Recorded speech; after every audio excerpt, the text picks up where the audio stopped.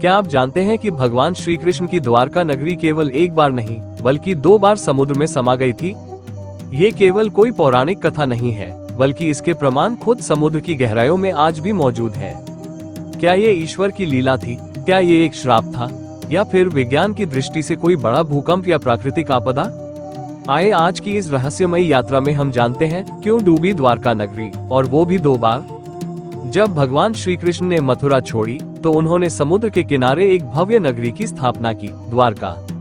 ये नगरी सौराष्ट्र के तट पर स्थित थी, आज के गुजरात राज्य में। कहा जाता है कि ये नगरी स्वर्ण, रत्न और चमत्कारों से भरी हुई थी। इसे स्वर्ग से सुंदर कहा गया।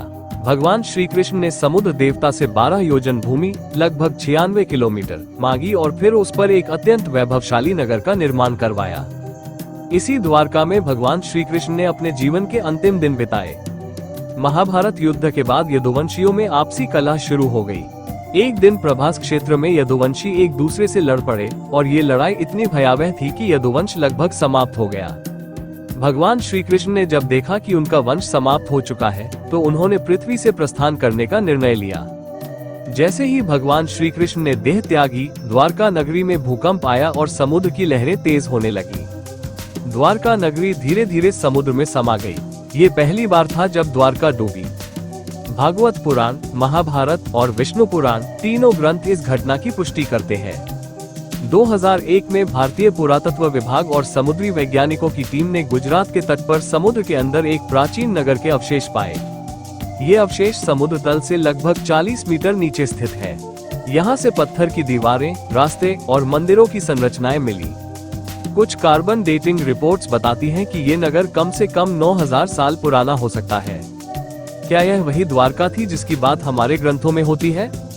कई वैज्ञानिक मानते हैं, हाँ, पहली बार द्वारका डूबी थी भगवान श्री कृष्ण के देह त्याग के बाद। परंतु इतिहास में ये भी वर्णन मिलता है कि समुद्र से निकली द्वारका को बाद में फिर बसाने की कोशिश हुई। कुछ स्थानीय जनश्रुतियों और ज्योतिषीय गणनाओं के अनुसार एक दूसरी पीढ़ी ने द्वारका को पुनः बसाया, पर ये द्वारका भी अधिक समय तक नहीं टिक सकी। कई वैज्ञानिक मानते हैं कि वहां लगातार समुद्री हलचल, टेक्टोनिक प्लेट्स की गति और भूकंप जैसे कारणों से द्वारका 2 बार समुद्र में समाये। शास्त्रों में ये घटना केवल एक प्राकृतिक आपदा नहीं बल्कि ईश्वरीय लीला मानी जाती है। भगवान श्री कृष्ण ने जब अपना कार्य पूर्ण कर लिया तो उनकी नगरी भी उनके साथ विलीन हो गई। ये हमें सिखाता है कि संसार में कुछ भी स्थायी नहीं है। चाहे वो सोने से बनी नगरी हो या ईश्वर का स्वरूप, सब समय के साथ विलीन हो जाता है। आज की जो द्वारका नगरी है वो तट पर स्थित है, जिसे बेट द्वारका और द्वारका कहा जाता है। यहाँ मंदिर है, तीर्थ स्थल है और समुद्र के भीतर छिपा एक गहरा रहस्य। हर साल लाखों श्रद्धालु यहाँ आते हैं और उस नगरी के दर्शन करते हैं जो कभी भगवान श्री कृष्ण की राजधानी थी। तो दोस्तों, द्वारका का डूबना केवल एक पौराणिक घटना नहीं, यह एक ऐसा रहस्य है जो आज भी विज्ञान और श्रद्धा दोनों के लिए चुनौती है। क्या द्वारका फिर से समुद्र से निकलेगी? क्या भविष्य में और रहस्य उजागर होंगे?